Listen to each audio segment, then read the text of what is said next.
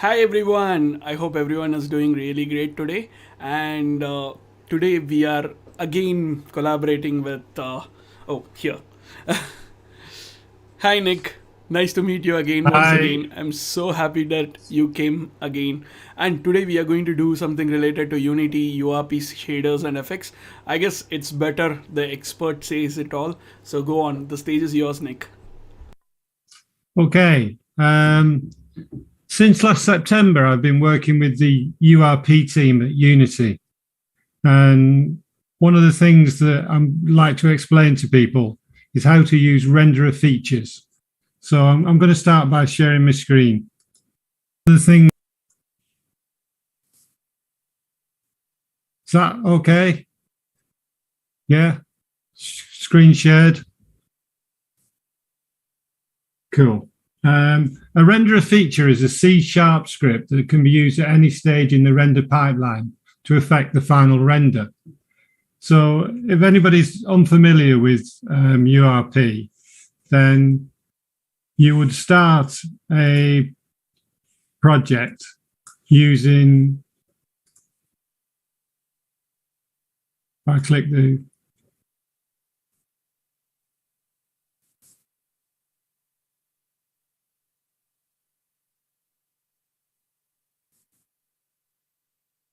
you'd use either as a URP, got millions here, it's a new hub. So you'd use that to start a new project, 3D sample scene URP. But this particular project that you're looking at here already has URP. If you're using URP, then in project settings, on the graphics tab, you'd have some render pipeline asset indicated there. If you've never created a pipeline asset, then you create rendering URP asset with universal renderer. I'm not going to create one. This project that I'm looking at here is available on GitHub, and there's two versions of it. One's called Code Along and one's called Complete. The complete one obviously has got the complete version. The version we're going to be looking at here is the Code Along, so you can see how I develop the various bits. The first one we're going to look at is actually creating a renderer feature in code. You'd be pleased to know that quite a lot of renderer feature work to do custom effects can be done in a very artist-friendly way by just relying on no code at all. So the first one we're going to do is in scenes, renderer features tinted, small room tint. What we're going to do is create little simple bit of code that'll allow us to apply Your a process. voice is breaking, Nick. Nick, your voice seems to break. Do I need to be closer? I'm not sure. I'm able to hear my own voice. Seems like something else is happening with the voice. Is it still a problem? Kind of. It's robotic. What should I do? There is a disconnect audio. So disconnect audio and reconnect audio in the Zoom. On the bottom, you would be able to see that. Do I need to stop sharing my screen? Actually, it is fine now. Let's continue. Is it okay? Has it gone right? It's fine. Okay. So the renderer, the way that we apply renderer features is they are something we add to the renderer pipeline asset. This particular one is using this one, tint settings underscore renderer. The reason it's using it is the main camera has got an auto load pipeline asset on it, and that you can see that the tint settings is the one that's being used. If we look at the script that's being used, it's setting the render pipeline asset to whichever one we've set as the public property. So it's a good way when you're dealing with multiple different scenes. It's a really useful script, auto load pipeline asset, to make sure you're using the right render asset for the scene that you're working on. Okay, so we'll start by create rendering URP renderer feature, and we'll call it tint feature.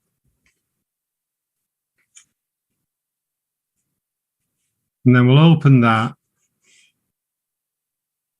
in Visual Studio, and we'll just look at it.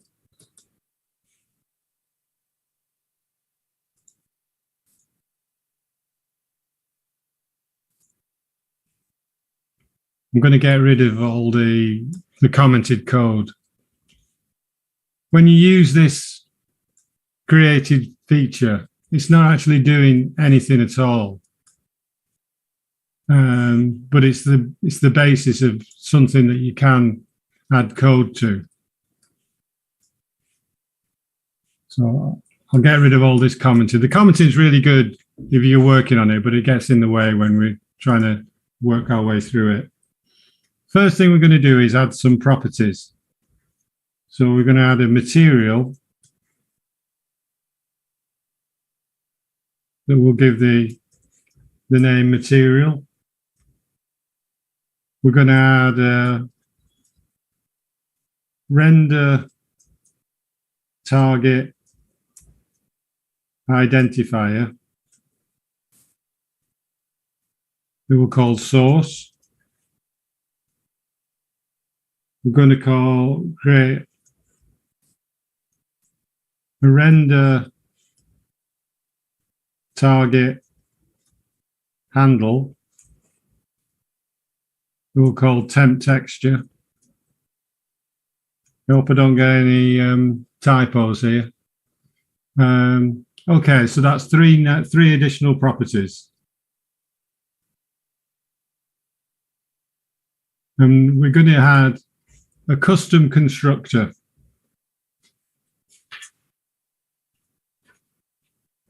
Turn over my crib sheet. So our scriptural render path is called custom render path. So the constructor is going to be public custom render path. It's going to take a single property, and that's going to be the material. I always do that.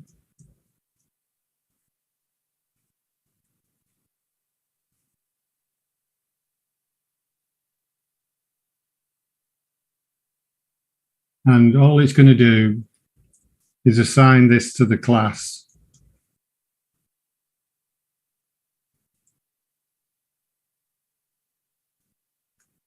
And then initialize the temporary texture,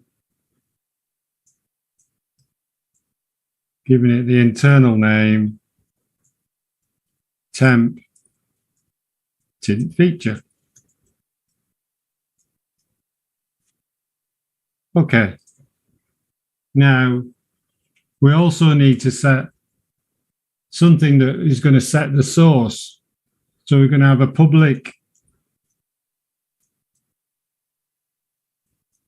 void set source. And that takes a render target identifier, which is going to be the source, passed to it. And that is going to apply to the class property source. So that is the way that we're going to set where the base for this is coming from. The base of this is going to be what Unity has rendered. And then we're going to apply some additional processing to what Unity has rendered and save it back to Unity.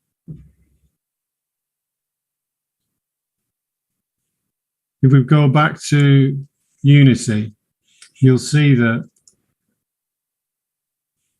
there is a shader graph, and the shader graph tint SG. Let me make this as big as I can.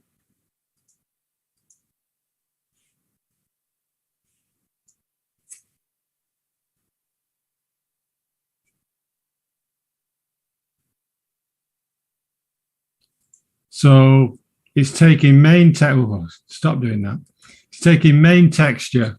The main texture is going to be what Unity has rendered so far. So it's quite important. Can I move that? Quite important. If you look in the, that has got to have the reference name underscore main text, because that's the value that Unity will have originally created as the rendered image so far. Okay.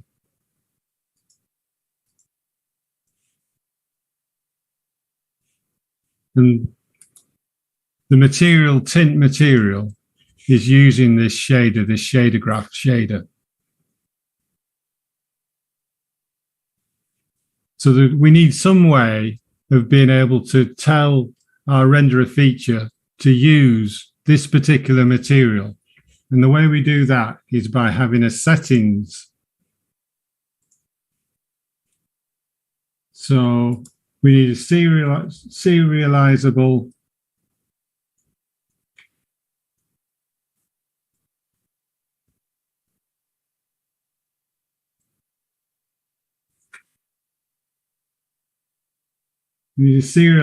class. We just pinch it from there, it'll be much quicker.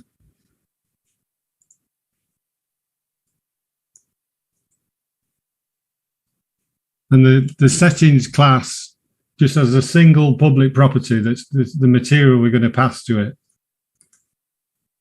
And now we use that class that we've just created by creating a new settings private property for our scriptural renderer feature. Okay. Now we need to initialize our custom render path. And remember now it's using the settings material. So instead of it being the default way of doing it, we need to apply the settings material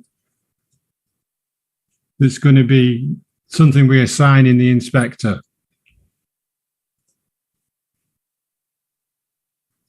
So we're nearly there.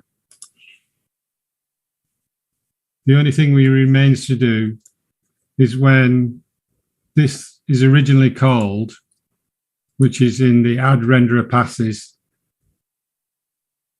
we need to pass it, the renderer that we gets passed into this callback, the camera color target.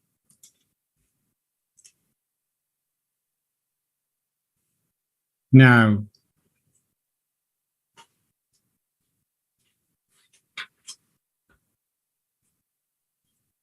there are a couple of things we've got to do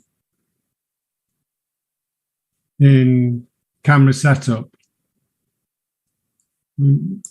I'll just copy that and then I'll explain to you what happens.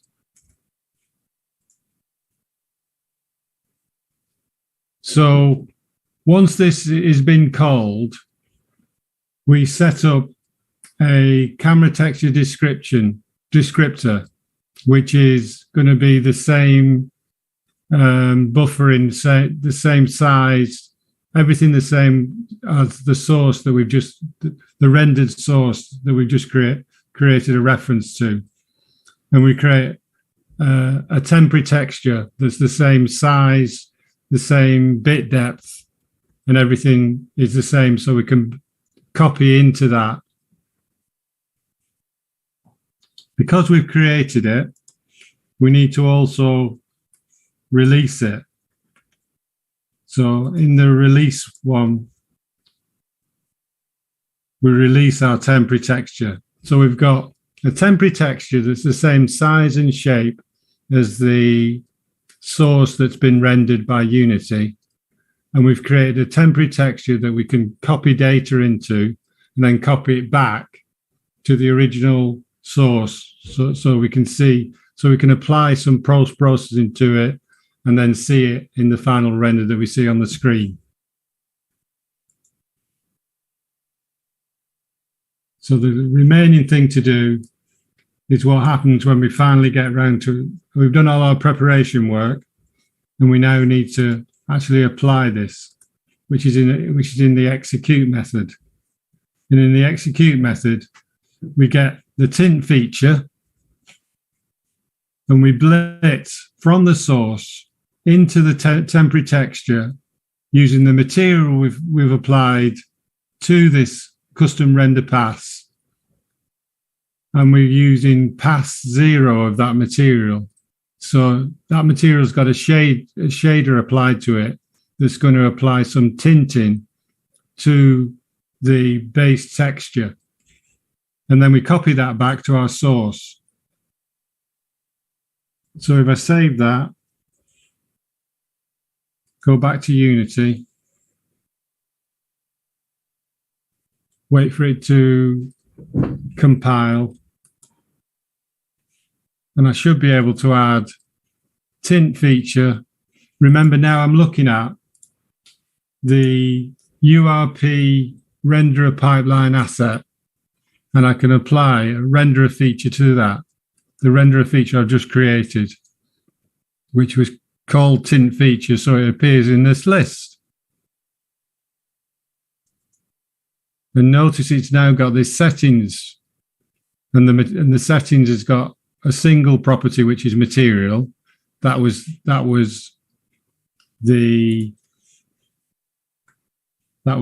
what happened here.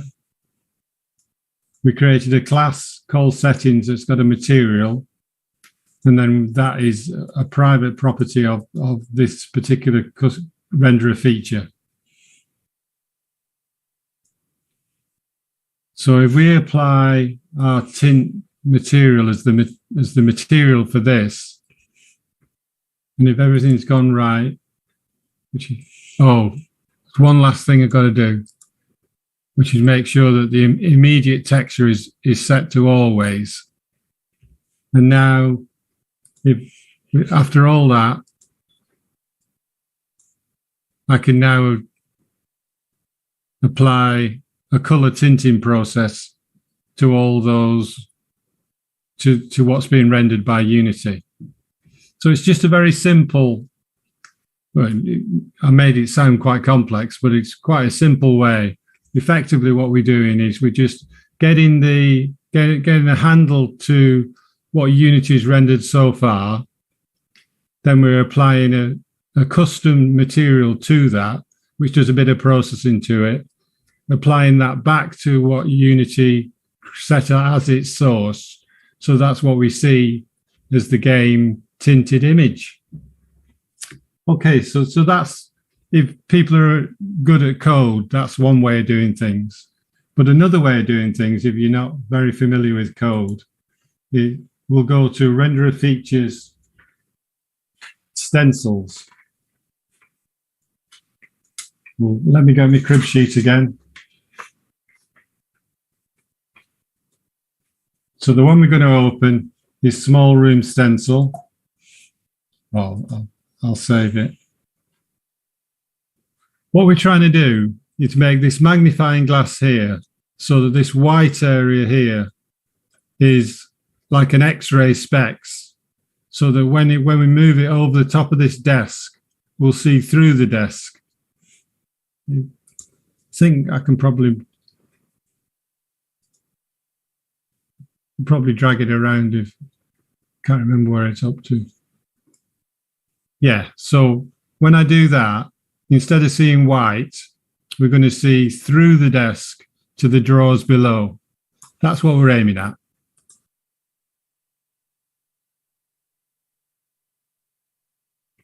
We're going to need this particular one is using the see-through settings. So this renderer data object.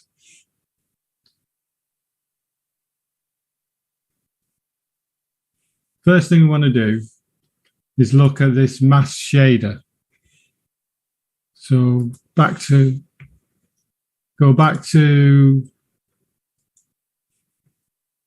and it's in the, yeah, here it is. So we're going to add, try and remind myself where I do it. I think it's before that. We're going to add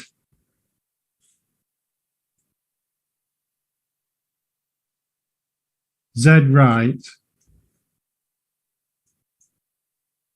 off.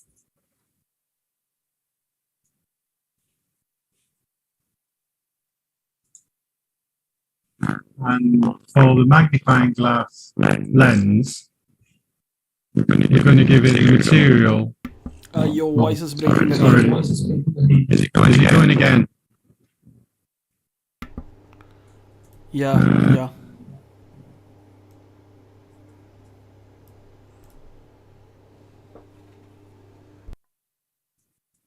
We're going to give it a mask shader. So you see now it disappears.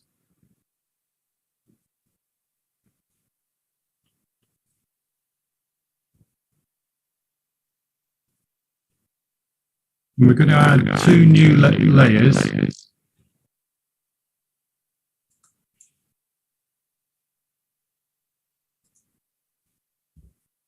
We're going to have mask and see-through. Any better? It's fine now. It's fine. It just comes and goes, doesn't it? Yeah, just for one sentence it was a bit weird, and then the robotic voice came, and then now it is fine. You can carry on.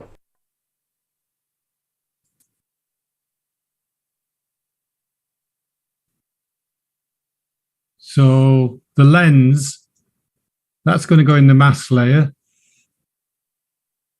And the desk, but not its children, because that includes the drawers, is going to go in the see-through layer. So it's just this object. And see how it disappears. So now we go to the renderer, and we don't want everything. We want those two to be disappeared. So we've got filtering by layer mask. We could choose to see everything, but we're choosing to get rid of those two. You might think, well, we've disappeared the desk, but we're going to add it back by adding a renderer feature, render object experimental, and we're going to call this first one mask,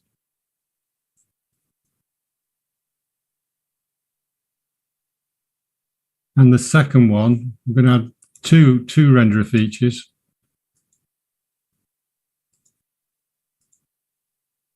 And we're going to call the second one see-through. Okay, we need to rename that one.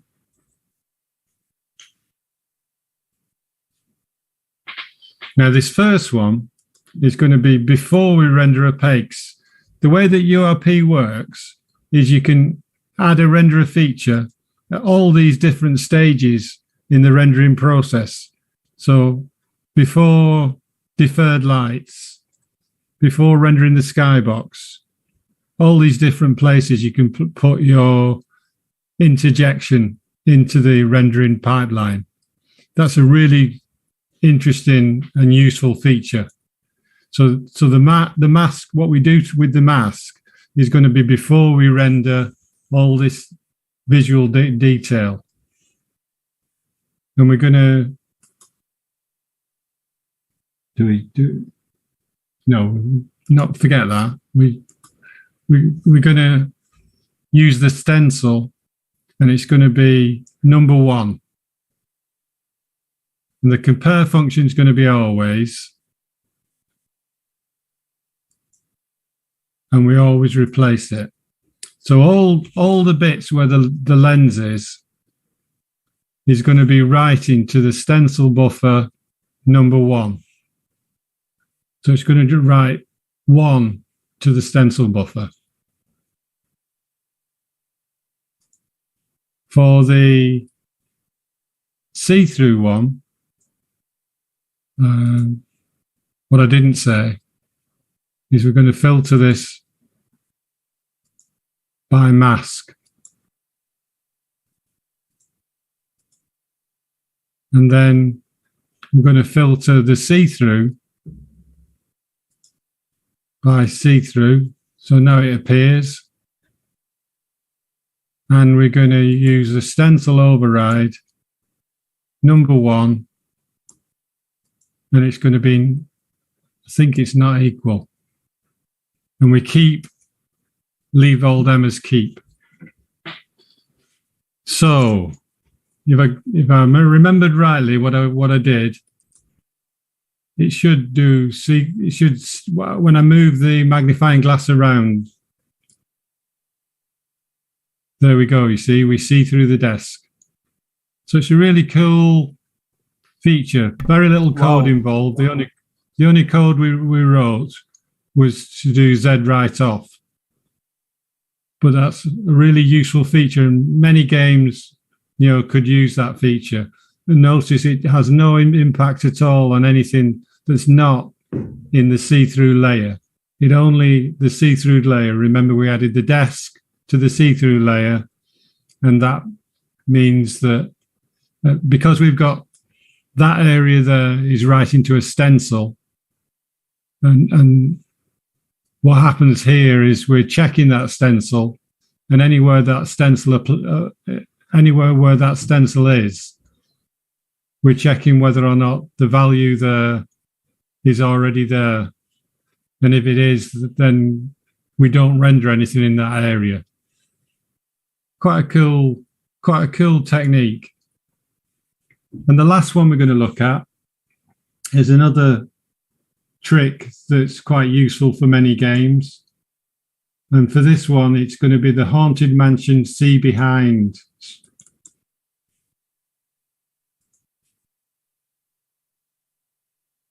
So what we want to happen, there's a character here, and there's a character here. What we want, because there's all this, if I just run the game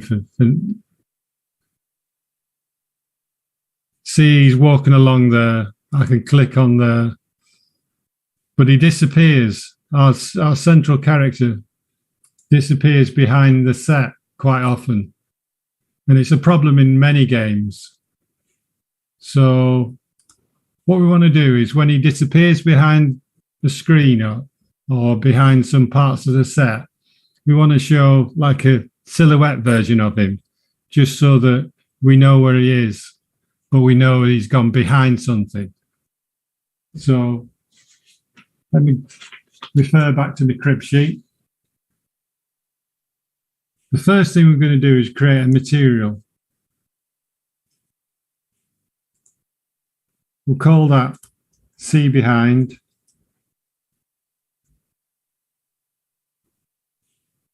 And instead of using Universal Render Pipeline Lit, we're going to use Universal Render Pipeline Unlit. And we'll give it the color red. So that's what we're going to see, the silhouette. You can use whatever color you want. You could use whatever material you want. It doesn't really matter. But in this instance, we're going to see him silhouette red. Now what we're going to do is change this character here is called Fred, and this character here is called Ghoul. And we're going to create a new layer that we'll call See Behind. layers are really useful when you're using renderer features. And we're going to put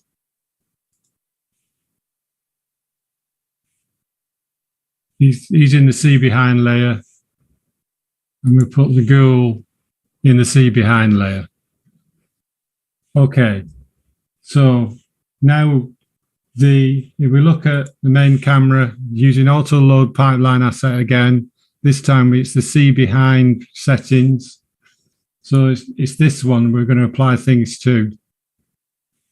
And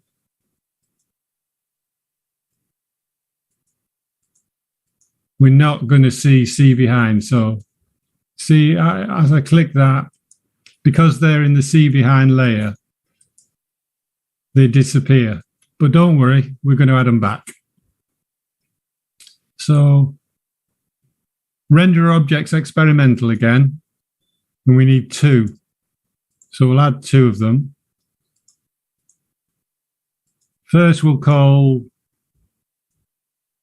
behind, and the second one we'll call in front.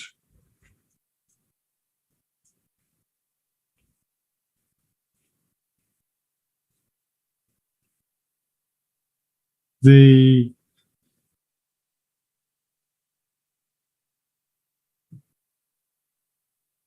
both going to be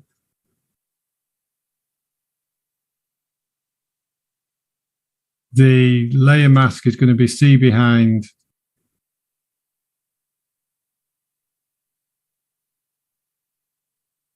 just checking me crib sheet here.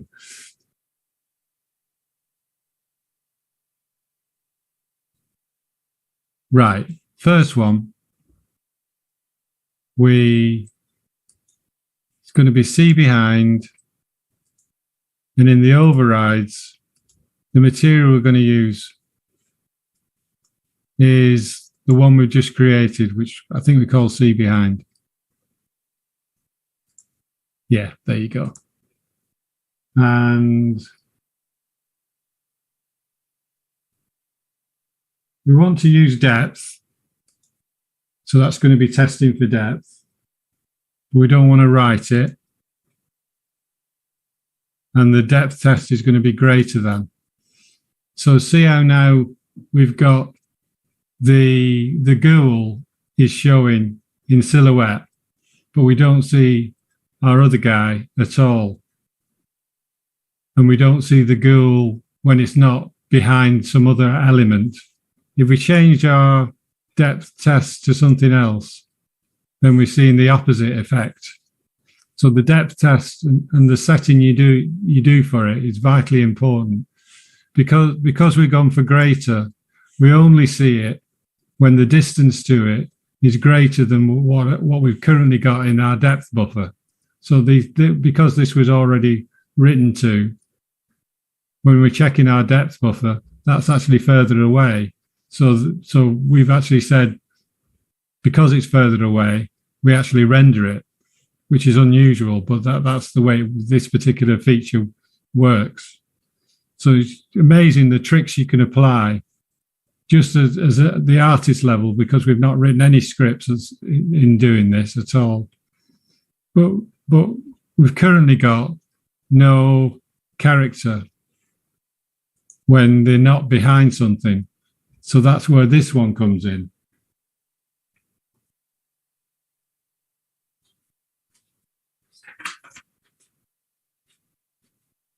I think I'm getting close to my last page here.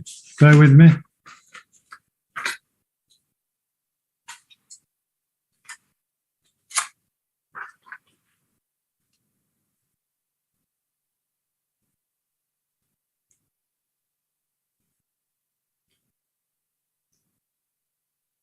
I think we only need to do a layer mask of see behind, and there we are back. So if we run it now,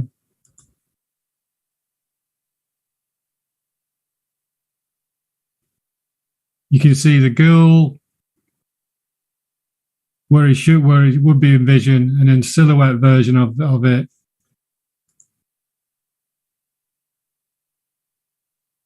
It's rather cool. So you can see lots of little tricks you can do with renderer features, and many things that you'd be able to, deal with yourself. One using stencils and one using depth. But hope that helps.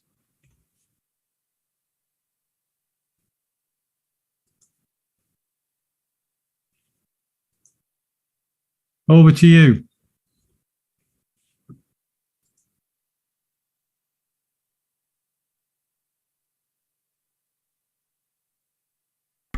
Hi everyone. So that was great. So the first thing is like we saw. Nick, are you there? I'm here, yeah. Okay, seems like there is some network issues from your side. All right. So or is it mine? I guess it could be mine. It's a bit. You frozen. Yeah, seems like I'm On my screen. You. Right in. It's frozen. My system is actually heated up a lot. That could be the reason. Okay, cool. So now we are back. Yeah. So Okay, hi. that's good. Yeah, that was awesome. Hi. So we were able to do a small shader technique so that we will be able to look into the magnifying glass, the like the X-ray Yeah, I effect. think that's a cool one, isn't it? Yes, that was something And quite simple to do just by applying stencils. And stencils are something you can do without writing any code at all. Just a Right. case of playing with the settings. Definitely, it was really awesome to like look into what exactly went through in, and yeah, You can cool. imagine it being. Can imagine it be really useful in like a VR, escape room thing or that Definitely. sort of exercise. I was actually about to say that. So there are like loads and loads of things that we can do using the escape room technique, and I also did something similar to it, which I'll share you very soon, and it will be shared in my YouTube channel as well. I tried to do an inventory kind of escape room concept. So the video is coming up. I'll first thing is I'll share with you, Nick, and you let me know Cool. what do you think about it. Cool. Today Cool. it was really great session. I enjoyed it, and yeah. I guess we are back right now. So my mission froze, and then it's the same streaming mission from which I'm talking as well.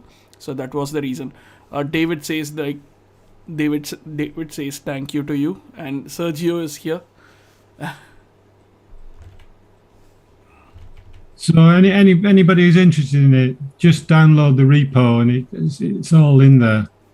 And watch out for some videos that are coming from Unity on these topics, some of which I'm doing myself.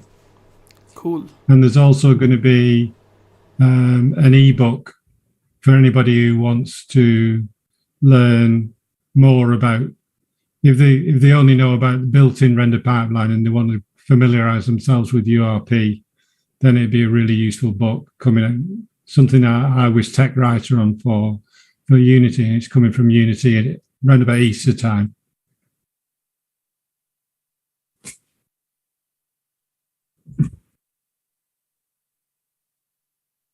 Can't hear you. Shall we wrap up there?